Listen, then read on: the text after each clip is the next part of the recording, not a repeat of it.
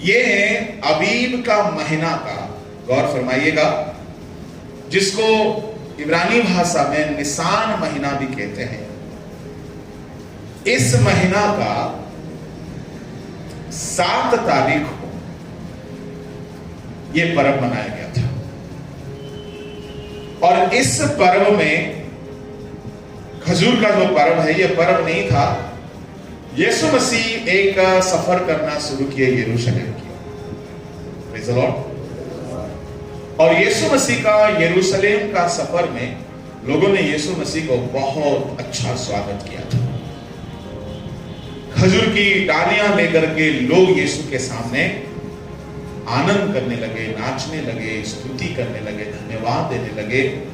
और एक गधी का बच्चा के ऊपर यीशु मसीह को सवार होना हम देखते हैं। और यीशु मसीह यरूशलेम की ओर सफर करते हैं। प्रभु के नाम के धन्यवाद हो।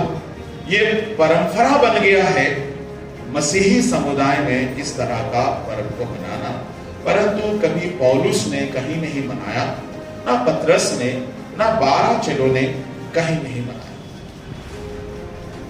क्योंकि उनको यीशु मसीह ने कहीं कहा नहीं था, ना यीशु मसीह कहीं कहे, ना यीशु मसीह कभी ऐसा मनाए।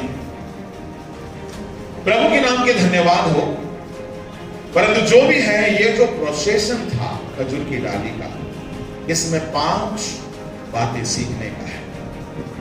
ये 5 बातों को हम चंद समय में आप सबके सामने रखना चाहते हैं। Praise the Lord. पहला है, ये जो पर्व है एक छुटकारा का पर्व है। क्या पर्व है? निर्गमन उसका 13 अध्याय का 13 पढ़िए।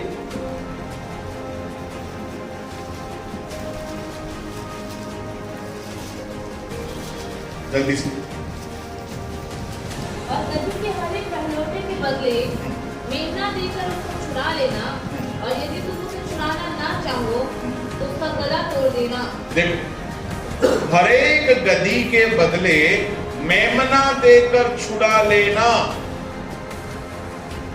यहोवा परमेश्वर जब इस्राएलियों को व्यवस्था दिया तो उस व्यवस्था में हर एक पशु का पहिलोठा यानी फर्स्ट बोर्न यहोवा के सामने लाके भेंट चढ़ा। अगर किसी का घर में गाय है, बैल है, भेड़ है, बकरा है, बकरी है, पशु है, तो उसका पहिलोठा, अनाज है तो उसका पहिलोठा। Praise the Lord. पहिलोठा यहोवा को चढ़ा। इस्राएलियों का हर घर का पहिलोठा को यहोवा को देना था, पर परमेश्वर ने कहा हर घर का पहिलोठा हमें नहीं चाहिए, तो हम 12 गोत्र में से एक गोत्र को चुन लेते हैं। ये गोत्र हमारे लिए पहिलोठा बन जाएगा, और वह गोत्र था लेवी का गोत्र।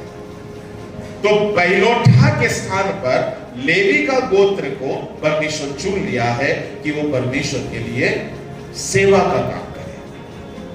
हर घर में अगर कुछ भी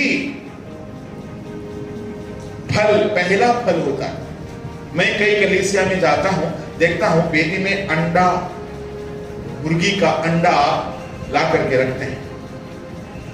पहला अंडा हर सीजन में जब वो अंडा देने लगता है मुर्गी, तो उसका पहला अंडा ला करके बेदी में रखा हुआ रहता है। परंतु बाद में क्या होता है? गड़बड़ी होता है। क्या है?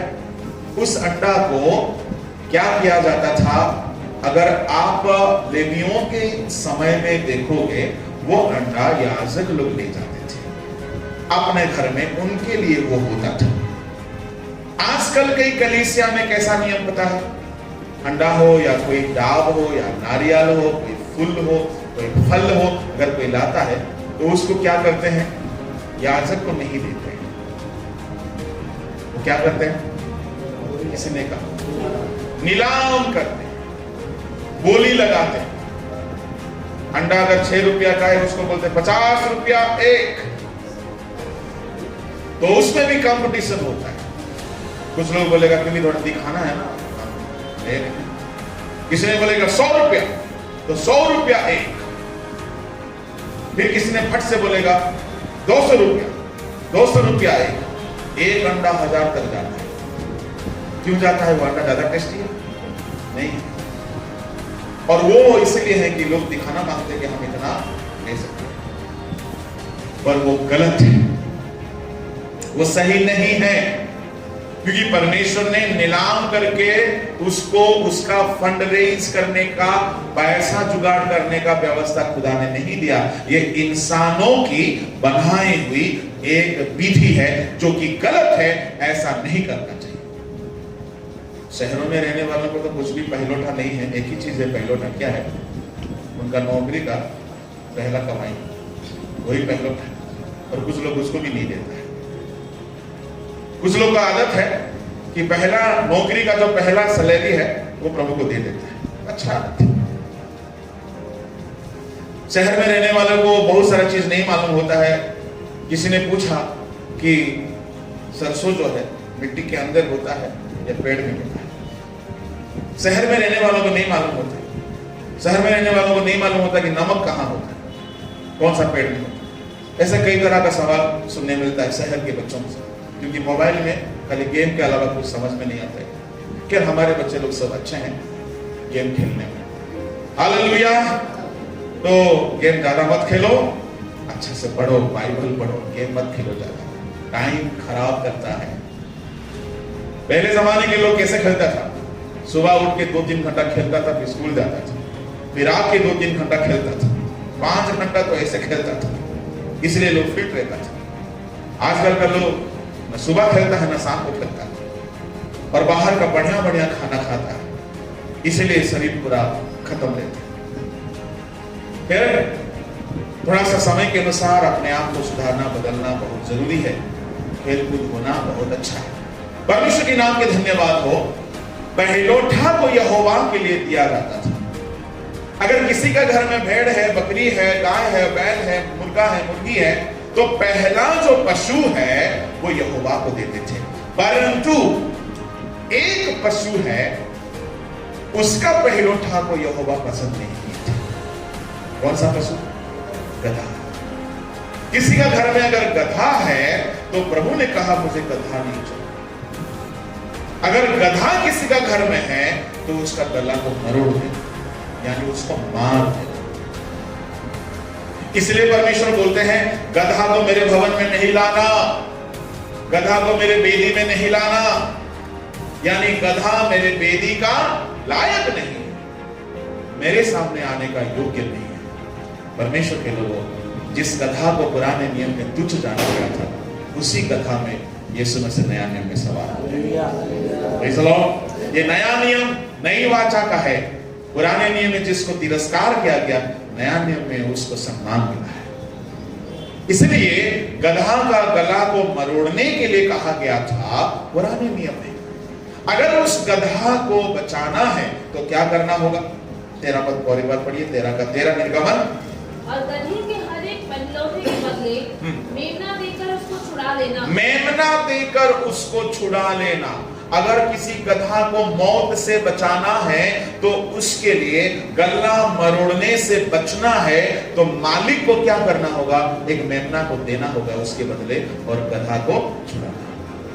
Praise the Lord, hallelujah.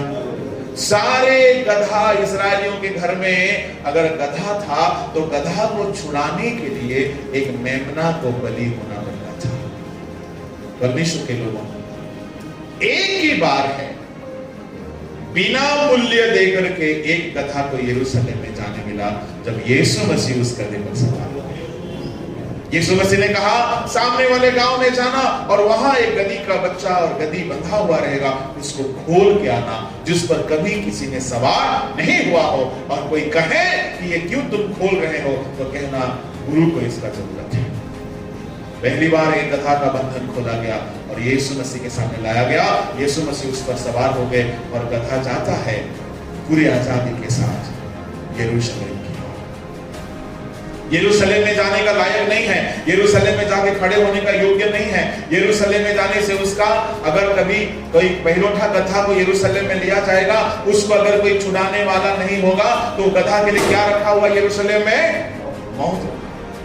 मेरे प्रभु के लोगों, हमारी जिंदगी में अगर प्रभु नहीं है तो हम मर मिट जाते हैं। प्रभु नहीं होता तो हम बर्बाद हो जाते हैं। प्रभु नहीं होंगे तो हमारा छुड़ाने वाला कोई नहीं है। तो यीशु जिस दिन आए हैं हमको मृत्यु से, पाप से, नरक से, शैतान से हमें छुड़ाने हैं। तो ये पर्व जो है खजूर की डाली लेके नाचने का पर्व नहीं है, ये पर्व है एक गधा को छुड़ाया जाने का पर्व है। अगर आपकी जिंदगी में वह छुटकारा को अगर आप नहीं पाए हो और सिर्फ खजूर की डाली लेके आप नाच रहे हो तो आपसे बड़ा गधा कोई नहीं। क्योंकि ये जो पर्व है गधा को छुड़ाने का पर्व है। मैं मसीहियों से कहता हूं, बहुत से मसीह है नशा से छुटकारा नहीं पाए। हमारा चर्च में भी एक दो गो था, एक तो प्रभु में चला गया और दूसरा तो दूर चला गया। बपतिस्मा लेने के बाद भी खैनी खाने वाला लोग होता है, अभी तो कोई नहीं ना है। बपतिस्मा लेने वाला भी नशा करने वाले लोग होता है। एक बंदा बहुत ज्यादा खैनी खाता था और हम लोग का विश्वासी था, ओडिशा की बात बोल रहा हूं, हम लोग के सामने कभी समझ में नहीं आता था, कितना सियाना था। कोरोना हो गया तो सारा पाप कबूल कर लिया डर के मारे। कोरोना का पहला लहर आया, कोरोना में ग्रसित हो गया और पीड़ित हो जाने से क्वारंटाइन में डाल दिया गया। तो उसी घड़ी ताजा ताजा कोरोना का लहर आया था, पता ही नहीं था कि कोरोना कितना घातक होता। हर दिन नया खबर आता है कि ऐसा होता, वैसा होता, वैसा होता। डर के मारे वो रात भर सोता भी नहीं था क्वारंटाइन में, रो रो के फोन में पाप कबूल किया। मैं आप लोगों को बहुत चीटिंग किया हूँ, मैं बड़ा खैनी खाता हूँ, माफ कर दीजिएगा, मेरे लिए प्रार्थना करिएगा। परमेश्वर के नाम की धन्यवाद हो। कोरोना आने से एक तो फायदा हुआ, किसी ने खैनी छोड़ा है। उसके बाद उसका ही दोस्त वो पियक्कड़ था, वो बोलता हम भी कबूल कर रहे हैं, हम भी दारू छोड़ रहे हैं। ये दोनों हमें अपने घर में प्रार्थना के लिए बुलाए थे और हम लोग के सामने गवाही दी कि हम आप लोग सबको धोखा देके जी रहे थे और कोरोना ने हमको बदल दिया। Blessings in disguise. परमेश्वर कई बार जो पुलपिट का प्रचार से नहीं कर सकता, कई बार वो तकलीफ देकर के कर देता है। इसलिए लिखा गया है यशायाह 48:10 से, मैं तुम्हें दुख रूपी भट्टी में डालकर मैं तुम्हें सुख किया है। मेरे परमेश्वर के लोगों, दुख रूपी भट्टी, दुख रूपी आग, क्लेश, उपद्रव, ताड़ना, अभाव, घट्टी में परमेश्वर फूलों को डाल करके सुधारता है। इसलिए मैं आपसे कहना चाहूंगा, हम उस गधे बनना चाहिए जिसको यीशु मसीह ने आजाद किया। अगर यीशु मसीह में नहीं है आजादी तो फिर मसीहियत में हमने क्या पाया है? मेरे परमेश्वर के लोगों, अगर हम आजाद नहीं हुए हैं, आजादी का गीत गा के कोई फायदा नहीं है, आजादी का संदेश सुन के कोई फायदा नहीं है। अभी भी अगर हम पाप का बंधन में बंधे हुए हैं, ये गधी का बच्चा को बांधा गया था, बंधन को खोला गया, तब यीशु मसीह उस पर सवार हो गए। आपका जीवन में बंधन को खुलने का जरूरत है। कौन सा बंधन? पाप का बंधन, दुष्टता का बंधन। नीति वचन 5 अध्याय का 22 और 23 को पढ़िएगा, पाप का बंधन के बारे में लिखा है। जल्दी पढ़िए।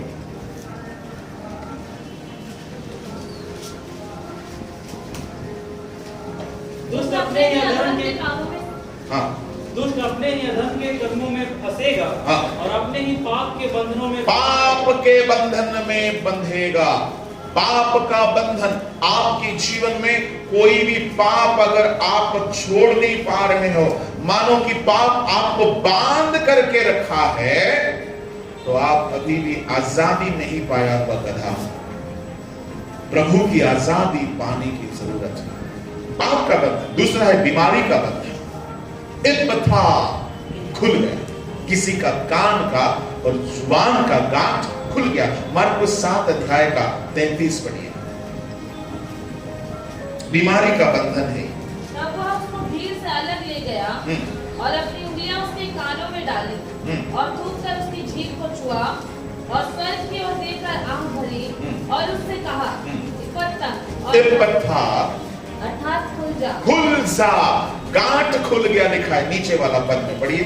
उसके कान खुल गए, कान खुल गए, और उसकी जीभ की गांठ भी खुल गई। जीभ की गांठ भी खुल गए। इसका मतलब है बीमारी गांठ बांध दिया था उसकी जीभ को, वो बोल नहीं पा रहा था।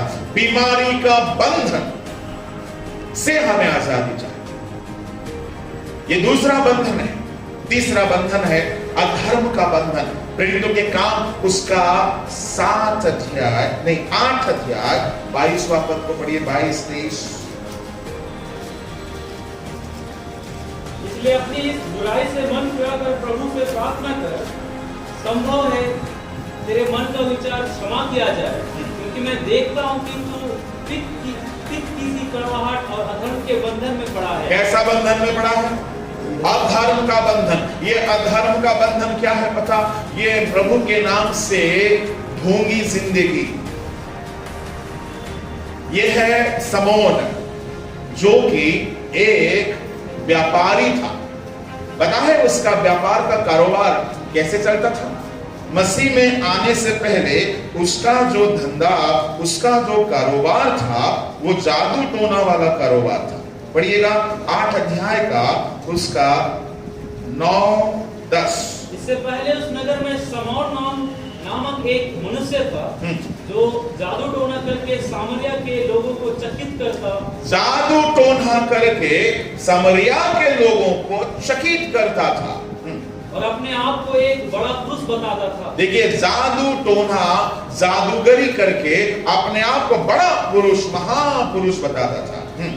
छोटे से बड़े तक सब उसका सम्मान छोटे से बड़े तक सब उसका सम्मान करते थे। यह मनुष्य परमेश्वर की वह शक्ति है, जो महान कहलाती है। उसने बहुत दिनों से उन्हें अपने जादू के कामों से चकित कर रखा था, इसीलिए वे उसको बहुत मानते थे। परंतु जब उन्होंने फिलिपुस का विश्वास किया, जो परमेश्वर के राज्य और यीशु नाम का सुसमाचार सुनाता था, तो लोग, क्या पुरुष क्या स्त्री बपतिस्मा लेने लगे। तब शमौन ने स्वयं भी विश्वास किया और बपतिस्मा लेकर फिलिपुस के साथ रहने लगा। एक जादूगर बपतिस्मा ले लिया, मन फिरा लिया। फिलिपुस, सुनिए, ये फिलिपुस कौन है? कोई तो बताए, जवान। फिलिपुस। अब हमारा चर्च में किसी का बेटा होगा तो उसका अगला नाम होगा फिलिपुस, क्योंकि हमारा चर्च में एक भी फिलिपुस नहीं, सब केरला में है ना। ये नाम सब साउथ में ज्यादा है ना। चर्च में किसी का बेटा होने का है, अच्छा हाँ, सही प्रेज़ द लॉर्ड, लाइन में है, कांग्रेचुलेशन इन एडवांस। कोई भी नाम आप रखो, फिलिपुस को जोड़ देना उसके साथ। हालेलुया। फिलिपुस कौन था मालूम है? 12 चेला में नहीं था, वो डीकन था, डीकन। आजकल कलीसिया में डीकन को देखते हैं हम, कई बार बैप्टिस्ट और सीएनआई और मेथोडिस्ट चर्च में जब सभाओं में जाते हैं तो वहां डीकन्स होते हैं। कुछ डीकन्स बहुत अच्छा होते हैं। कुछ एक डीकन को मैंने देखा, पवित्र आत्मा से भरा हुआ है, वरदान पाया हुआ है, प्रोफेसी करता है बैप्टिस्ट चर्च में। डीकन था, फिलिपुस एक डीकन था, जो कि सुसमाचार प्रचार करता है। पर कई जगह में डीकन होते हैं पर कुछ काम नहीं करते हैं, खाली पैसा गिनते हैं, राजनीति करते हैं। फिलिपुस 12 चेलों में नहीं था। फिलिपुस फिर तो 7 अध्याय में जो 7 डीकन्स थे, उसमें से एक डीकन्स था फिलिपुस, स्टिफनोस। ये 12 चेलों में नहीं थे। ये लोग सुसमाचार प्रचार करते थे। हर डीकन, लोग ध्यान से सुन लीजिएगा, डीकन का काम है सुसमाचार प्रचार करना, आत्मा बचाना, वरदानों के साथ परमेश्वर की सेवा करना और कलीसिया में आत्माओं को लेके आना और बपतिस्मा देना। ये फुल फेज मिनिस्ट्री था। Praise the Lord. जादूगर उद्धार पा लिया डीकन की सेवा में। सुन, परमेश्वर के नाम के धन्यवाद हो। और तब पतरस को किसी ने बुलाया कि आइए सामरिया में आइए, थोड़ा सा सेवा बहुत अच्छा चल रहा है। पतरस जो है ना, उनका लीडर थे, 12 चेलों में से सबसे बड़ा थे। तो पतरस आके देखते, अरे बाप रे, फिलिपुस इतना तगड़ा काम किए हो। तो पतरस ने बोला, सबको पवित्र आत्मा मिला है? बोला नहीं मिला है। फिलिपुस को वो वरदान नहीं था, चंगाई होता था, चमत्कार होता था, बपतिस्मा देता था, छुटकारा मिलता था, जादू टोना करने वाले सुधर जाते थे, पर फिलिपुस के हाथ रखने से कुछ होता नहीं था। तो फिलिपुस, पतरस आए तो पतरस सबके ऊपर हाथ रखे। जैसे पतरस हाथ रखे, सबको पवित्र आत्मा मिला, एक जन को नहीं मिला। कौन है? समौन।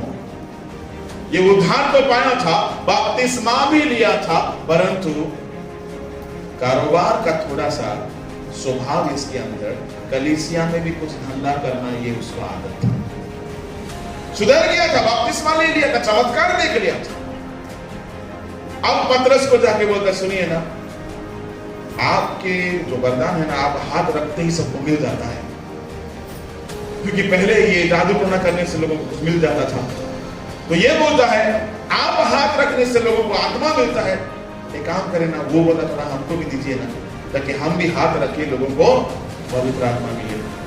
पतरस और खतरनाक था, अच्छा से देखो, बोलता तुम्हारा हृदय सीधा नहीं है, तुम्हारा हृदय खरा नहीं है, तुम पित्त किसी कड़वाहट में पड़े, अधर्म के बंधन में पड़े हो सके खुदा तेरे को माफ करे, माफ करे। शब्द लिखा गया है, हो सके तो खुदा तेरे मन के ख्यालों को माफ कर। लिखा क्योंकि मैं देखता हूं कि तू पित्त सी कड़वाहट और अधर्म के बंधन में पड़ा है। समौन ने उत्तर दिया, तो मेरे लिए प्रभु से प्रार्थना करो कि जो बातें तुमने कही उनमें से कोई मुझ पर ना आ पड़े। 22 इसलिए अपनी इस बुराई से मन फिराकर प्रभु से प्रार्थना कर, संभव है तेरे मन का विचार क्षमा किया जाए। Oh my God! संभव है तेरे मन का विचार क्षमा हो। इसका मतलब है पतरस को भी लग गया था, ऐसे टेढ़े लोगों को प्रभु माफ नहीं देता। कौन है? उसका हृदय सीधा नहीं था। गौर फरमाइएगा, समौन का हृदय सीधा नहीं था। कलीसिया में आता है, चमत्कार देखता है, बपतिस्मा लिया है, पर हृदय में हमेशा टेढ़ा रहता है, हृदय सीधा नहीं है। हर बात में कुछ ना कुछ उसको उल्टा ही सोचना रहता है। ये टेढ़ा आदत था उसका, और भीतर में कड़वाहट से भरा हुआ है, क्यों मुझे पवित्र आत्मा नहीं मिल रहा है। और प्रभु ने कह दिया, हो सके तो प्रभु तुझे माफी दे, नहीं तो मिलना मिलना तो बड़ा मुश्किल है। तू अधर्म के बंधन में पड़ा। पता है क्या अधर्म था इसका? ये सोच रहा था पतरस को जो वरदान है, ये वरदान हम पैसा से खरीद लेंगे तो हम पैसों से बेचेंगे। इसके अंदर में क्या इरादा है? मिनिस्ट्री के साथ बिजनेस। मैं फिर से कह रहा हूं, पता नहीं आज क्यों ये बात दोबारा आ गया। कलीसिया के किसी भी काम में व्यापार नहीं करना चाहिए, सेवकाई का किसी भी काम में बिजनेस नहीं होना चाहिए। किसी से तो प्रभु बात कर रहे हैं, क्योंकि इत्तेफाक से कभी ऐसा संदेश नहीं आता। सेवकाई में जुड़ी हुई कोई भी काम आप उदारता से करें, और अगर बिजनेस ही है आपका तो उसमें मुनाफा ना करें तो परमेश्वर आपको मुनाफा दे। तो समौन श्रापित हो गया। क्यों? क्योंकि वो व्यापार करना चाहता था, और इसी बंधन को, इसी पाप को अधर्म का बंधन है। तो सोच लीजिएगा, जो मिनिस्ट्री नाम में बड़े बड़े संस्था में व्यापार चलाते, कौन सा बंधन में पड़े हैं वे लोग? किसी ने कहा, जितने संस्था का डायरेक्टर्स होते हैं, विदेशों से पैसा लाते हैं, आधा पैसा ढकोस लेते और आधा पैसा सेवा में लगा। ये कौन सा बंधन में पड़े हैं? अधर्म। और बहुत से मिनिस्ट्री करने वाले, किसी ने हमें फोन करके कहा, पादरी साहब आप उड़ीसा जाते हैं, हमारा FCRI बंद है। FCRI फॉरेन करेंसी का जो होता है वो बंद है, तो इसलिए मैंने एक बंदा के अकाउंट में पैसा मंगवाया और वो बंदा हड़प लिया, दे नहीं रहा है। आप थोड़ा बोलिए ना। देखिए, पैसा हड़प रहा है, सेवकाई का पैसा खा जा रहा। कौन सा बंधन में पड़े हैं? अधर्म का। मेरे परमेश्वर के लोगों, अधर्म का बंधन में पड़ा हुआ है और खजूर की डाली लेकर के नाच रहे हैं बहुत से। एक ऐसा पर्व है, प्रभु भी देखता होगा, सर पकड़ के बैठ जाता होगा। मैं खजूर की डाली का दिन में एक गधा को तो छुड़ाया था, बेवकूफों, आजादी नहीं मिली है तुम्हें अधर्म के बंधन में, और खजूर की डाली मना रहे हो। शैतान शाबाशी दे रहा होगा, तुम लोग ऐसे ही होते हैं। सत्य को जानोगे, सत्य तुम्हें स्वतंत्र करेगा। पता है, स्वर्ग में पेड़ पौधा, जैसा पौधा हम सोचते हैं ऐसा पौधा स्वर्ग में नहीं है, पर स्वर्ग में खजूर की डाली लेकर के एक झुंड खड़े रहेंगे। पता है उसका अर्थ क्या है? उन्होंने जय पाया है, उन्होंने जय पाया है। पढ़िए प्रकाशित का किताब, उसका 7 अध्याय निकालिए, वहां पे सिंहासन के सामने खजूर की डाली लेकर के मेमने के लहू से धुले हुए लोग परमेश्वर के सामने खड़े रहेंगे। 7 अध्याय उसका 9 पढ़िएगा। उसके बाद मैंने दृष्टि की और देखो हर एक जाति और कुल और लोग और भाषा में से एक ऐसी बड़ी भीड़ जिनमें कोई गिन नहीं सकता था, श्वेत वस्त्र पहने और अपने हाथों में खजूर की डालियां लिए हुए सिंहासन के सामने और मेमने के सामने खड़ी है। नीचे और बड़े शब्द से पुकार कर कहती है, उद्धार के लिए हमारे परमेश्वर का जो सिंहासन पर बैठा है और मेमने का जय जयकार हो। ये खजूर की डाली लिए हुए लोग क्या कह रहे हैं? उसी वचन और एक बार 10 और बड़े शब्द से पुकार कर कहती, बड़े शब्द से पुकार कर कह रहे हैं, उद्धार के लिए हमारे परमेश्वर का, उद्धार के लिए हमारे परमेश्वर का जो सिंहासन पर बैठा है, जो सिंहासन पर बैठा है, और मेमने का जय जयकार हो। मेमने का जय जयकार हो। इसका मतलब है ये खजूर की डाली लिया हुआ लोग उद्धार की गवाही दे रहे हैं। तो बिना उद्धार पाए उद्धार की गवाही कोई दे सकता है? इसका मतलब ये खजूर की डाली उद्धार का अनुभव पाए हुए लोगों की जिंदगी है। भले आज हम खजूर की डाली लेकर यहाँ नहीं बैठे, अगर हमने उद्धार पाया है तो प्रभु के सामने हम खजूर की डाली लिए हुए मसीह लोग हैं। Praise the Lord, hallelujah. मेरे परमेश्वर के लोगों, खजूर की डाली लेने का मतलब है उद्धार पाया हुआ जिंदगी। अगर आपको छुटकारा मिला है, आपको आजादी मिला है, तो आप उद्धार पाए हुए परमेश्वर के संतान है। तो आप आत्मिक रीति से खजूर की डाली लेकर प्रभु के सामने आज खड़े हैं, उद्धार की गवाही दे रहे हैं। और नीचे पढ़िएगा। और सारे स्वर्गदूत उस सिंहासन और प्राचीनों और चारों प्राणियों के चारों ओर खड़े हैं। फिर वे सिंहासन के सामने मुंह के बल गिर पड़े और परमेश्वर को दंडवत करके कहा, आमीन। हमारे परमेश्वर की स्तुति और महिमा और ज्ञान और धन्यवाद और आदर और सामर्थ और शक्ति युगानुयुग बनी रहे, आमीन। इस पर प्राचीनों में से एक ने मुझसे कहा, प्राचीनों में से एक ने मुझसे कहा, ये श्वेत वस्त्र पहने हुए कौन है? ये श्वेत वस्त्र पहने हुए खजूर की डाली लेकर के खड़े हैं, ये लोग कौन हैं? और कहां से आए हैं? कहां से आए हैं? मैंने उनसे कहा, हे स्वामी, तू ही जानता है। जानता है। उसने मुझसे कहा, ये वे हैं जो उस महाक्लेश में से निकल कर आए हैं। Praise the Lord. इन्होंने अपने अपने वस्त्र मेमने के लहू में धोकर श्वेत किए हैं। हालेलुया। इन्होंने अपने वस्त्र को मेमने के लहू से धोकर शुद्ध किए हैं। ये क्लेश में से जय पा करके आए हैं। ये लोग खजूर की डाली लेकर प्रभु के सामने खड़े हैं। और आजकल का खजूर की डाली जो लेकर चल रहा है, जय पाया है, उद्धार पाया है, दारू पिया हुआ है, खैनी खाया हुआ है, हाड़िया पिया हुआ, खजूर की डाली लेकर नाच रहा है, दिमाग खराब। क्या यही पर्व के बारे में बाइबल बोलता है? यह पर्व एक जयवंत का पर्व है। यह पर्व एक छुटकारे का पर्व है। यह पर्व एक बंधनों से आजादी पाने का पर्व है। यह पर्व डाली, संसार का पेड़ का डाली लेके जाने का पर्व नहीं है। यह अनुभव में मेमने की लहू से धुलने का अनुभव है। Praise the Lord. इसलिए मेमना को छुड़ाया गया। मेमना को नहीं छुड़ाया गया, गधा को छुड़ाया गया, गधी का बच्चा को छुड़ाया गया, जब यीशु मसीह उस पर सवार हो गए। परमेश्वर के नाम की धन्यवाद हो। इस पर्व का दूसरा महत्व है, यह पर्व परमेश्वर की आराधना का पर्व है। पहली दफा लोगों ने यीशु के सामने ऐसे आराधना किया। कैसे आराधना किया? अपना वस्त्र दिया और गधा के ऊपर भी वस्त्र डाल दिया, गधी का बच्चा के ऊपर वस्त्र डाल दिया। सब यीशु के सामने होसन्ना होसन्ना होसन्ना, दाऊद के संतान के होसन्ना कह करके स्तुति की। आज जो खजूर की डाली लेके दुनिया भर में जा रहे हैं, क्या आप सच में प्रभु की महिमा कर रहे हैं? Are you really glorifying God? ये स्तुति करने का पर्व है। स्तुति सुनने जाते हैं बहुत से लोग चर्च में। स्तुति सुनने का जगह नहीं है चर्च। गीत सुनने का जगह नहीं है, परमेश्वर को स्तुति देने का जगह है चर्च। ये पर्व एक स्तुति महिमा का पर्व है। ये पर्व का तीसरा महत्व, ये पर्व एक नम्रता का साइन है।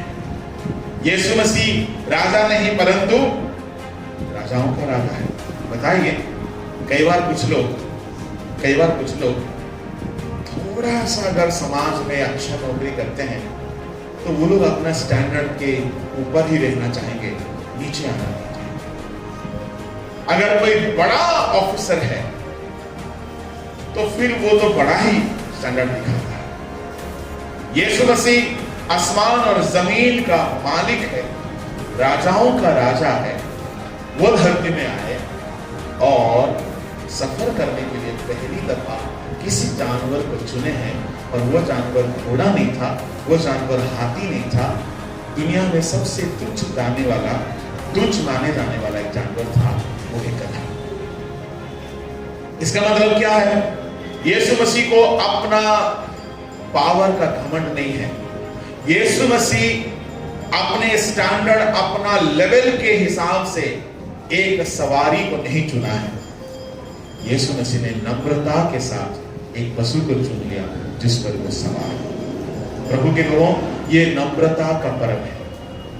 जिंदगी में कई बार हम इतने घमंडी हो जाते हैं, कई बार हम दूसरों को हीन समझते, तुच्छ समझते, छोटा समझते। यीशु मसीह ने सबसे तुच्छ जानने वाला जानवर था गधा। गधा को केवल घटाया जाता था, उसको केवल भार ढोने का काम दिया जाता है, उसको उसके ऊपर कोई बैठता नहीं है। परंतु यीशु मसीह ने उसको चुन लिया। गरीब लोग उसके ऊपर बैठ के सफर करते हैं, व्यापार में जाते हैं, पर राजाओं का राजा उस पर नहीं बैठते। राजा लोग घोड़े में सवार होते, रथ में सवार होते, हाथी के ऊपर सवार होते। यीशु मसीह ने नीचे आ गए, दीन हो गए। ये नम्रता का पर्व है। मैं कई नम्र लोगों को देखकर बहुत इंस्पायर हुआ।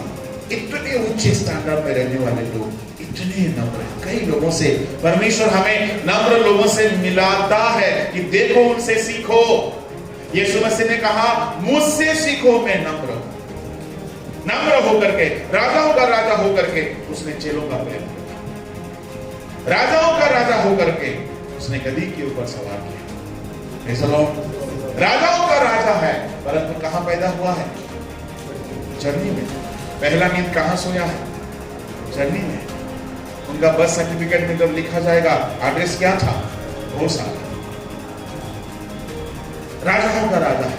दास पहनना चाहिए था, कांटों का सेहरा पहना।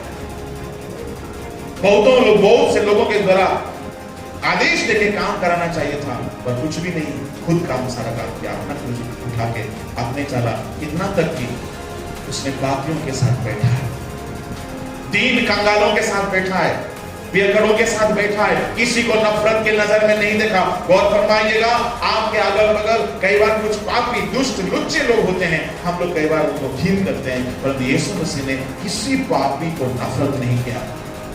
ये यीशु मसीह की बड़पन थी, नम्रता थी। पापियों का मित्र बन के दुनिया में आया। उनका हर स्वभाव में नम्रता सीखने वाली बात है। हालेलुया। हम कई बार हमारे छत्तीसगढ़ के कई अगुओं को देखें, बहुत नम्र लोग हैं। ये नम्रता हमें सीखना चाहिए, क्योंकि नम्रता एक गिफ्ट नहीं है, ये सीखने से मिलने वाला स्वभाव है। नम्रता कोई गिफ्ट नहीं कि आपको दे देगा, नम्रता सीखा जाता।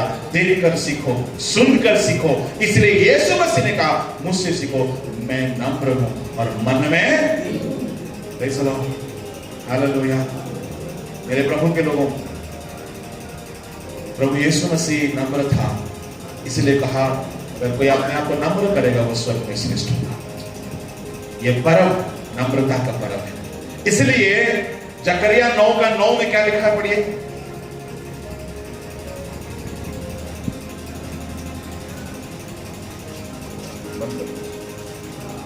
जकरिया 9:9 जल्दी। हे सियोन बहुत ही मगन हो, हे सियोन बहुत ही मगन हो, बहुत ही मगन हो।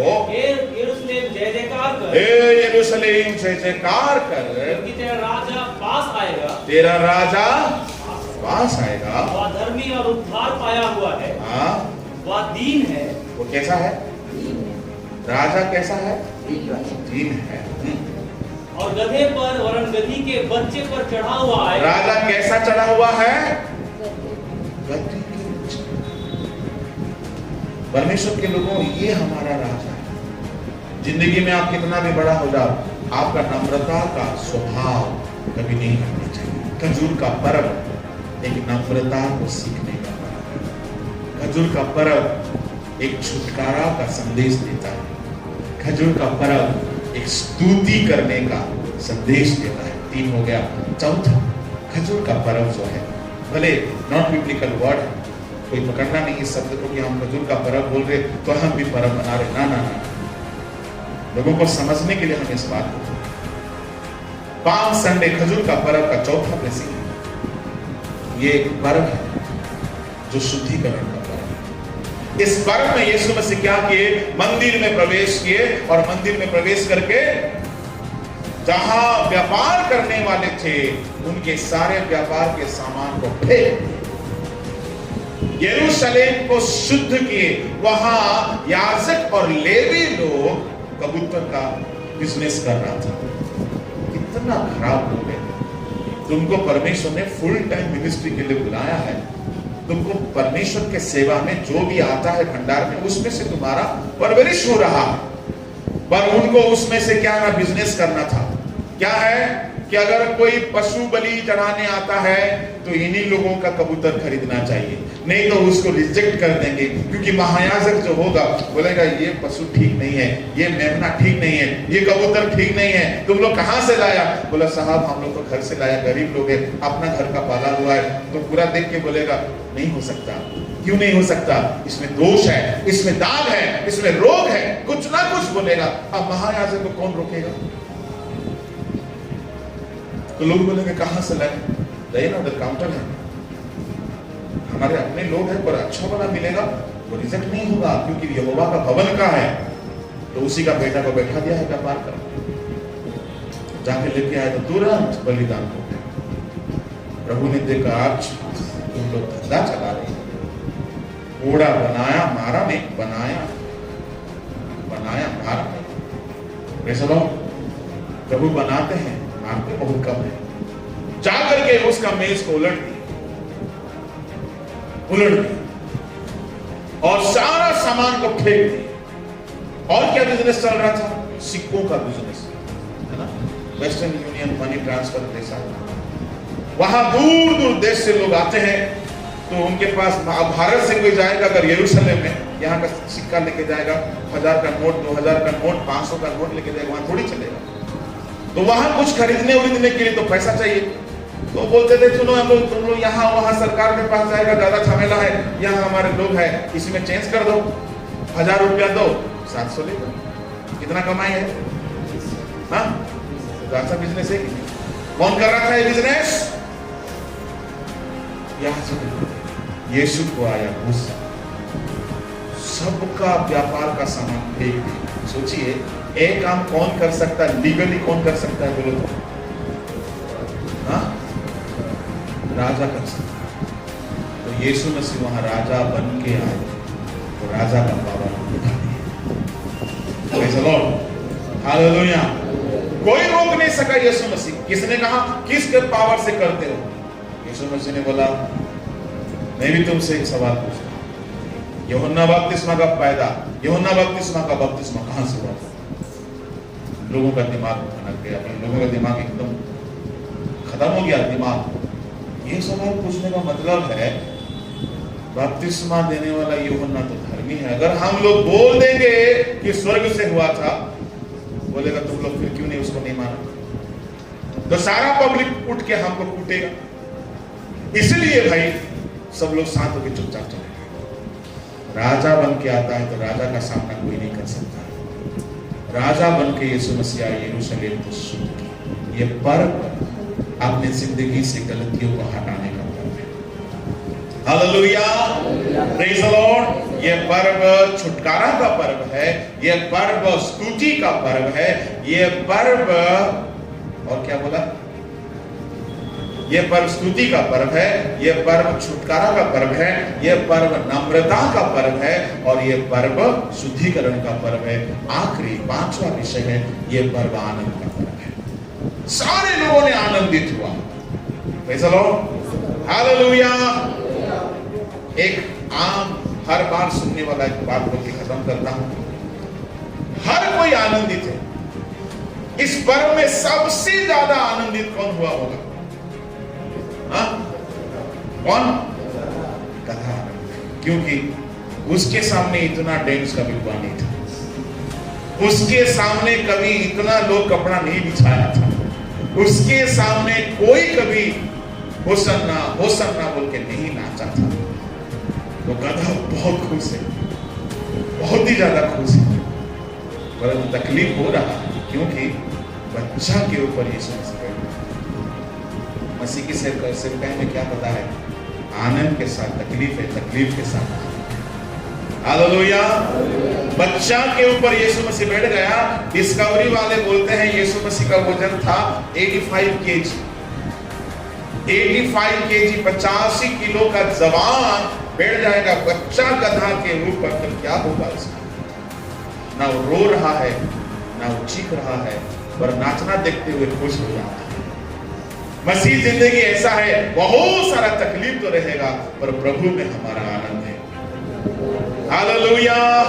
इसलिए ये पर्व जो है सारी परिस्थिति में आनंद मनाने का पर्व है। जिंदगी में चाहे कैसा भी क्रूस हो, आनंदित रहो। पौलुस ने कहा, मैं सदा कहता हूं, फिर से कहता हूं, तुम आनंदित रहो, सदा आनंदित रहो, क्योंकि यहोवा का आनंद तुम्हारा। मेरे प्रभु के लोगों, आज अगर हम दुखी हैं तो हमने ये पर्व नहीं मनाया। आज अगर हमारी जिंदगी में अगर बंधन है तो हमने कहा ये पर्व मनाया। बंधन की बहुत सारे बंधन के बारे में नहीं बताया। बीमारी, पाप, श्राप, रोग, शैतान, ये सब बंधन है, मृत्यु का बंधन। आज बहुत से बंधन हमारी जिंदगी में, और कहां हम उस पर्व का आश्चर्य है। हम नम्र नहीं है तो कहां उस पर्व का अनुभव को हमने पाया है। यह पर्व आनंद का पर्व है, यह पर्व नम्रता का पर्व है, यह पर्व शुद्धिकरण का पर्व है, यह पर्व छुटकारा का पर्व है। हालेलुया। प्रभु हमें इस वचन की सेवा में बहुत की आशीष दे। आप किसी को हैप्पी पाम संडे बोलने की जगह में सचमुच में अगर कहो तो ये 5 अनुभव किसी की जिंदगी है तो उसका जिंदगी हर दिन खजूर पर्व है। डालियों को लेकर के नहीं, अनुभव में खजूर पर्व होना चाहिए। अगर हमारा अनुभव में खजूर का पर्व है तो हम सच्चे पर्व मनाने वाले हैं। रीति नीति में नहीं पर अनुभव में मनाने वाले ऐसे लोग परमेश्वर के सिंहासन के सामने खड़े होंगे। Hallelujah, praise the Lord. परमेश्वर के नाम की धन्यवाद हो। प्रभु के लोगों, हम आत्मिक अनुभव के साथ पर्व को मनाए। बाइबल में बहुत सारे कथा है। बिलाम का कथा एक है, इब्राहिम का बेटा एक कथा था, यीशु मसीह बैठा एक कथा। परंतु प्रभु नया नियम में हम सबको चुन लिया है। हम किसी समय गधे जैसे थे, बंधन में थे, दुर्बल थे, अयोग्य थे। प्रभु हमें सवार होने के कारण हमारी जिंदगी में आनंद आ गया, छुटकारा आ गया, विजय आ गया और हम प्रभु के भवन में आ गए। Praise the Lord, hallelujah. नहीं तो हम किसी गांव में किसी खूंटे में बंधे हुए थे। प्रभु आने के कारण हमको आजादी मिली है। प्रभु आने के कारण हमको आनंद मिला है। प्रभु आने के कारण हमको प्रभु के भवन में आने का मौका मिला। इसलिए प्रभु में रहिए तो खजूर का पर्व का अनुभव हर दिन पाते रहेंगे। प्रभु इस वचन की सेवा में हम सबको बहुत आशीष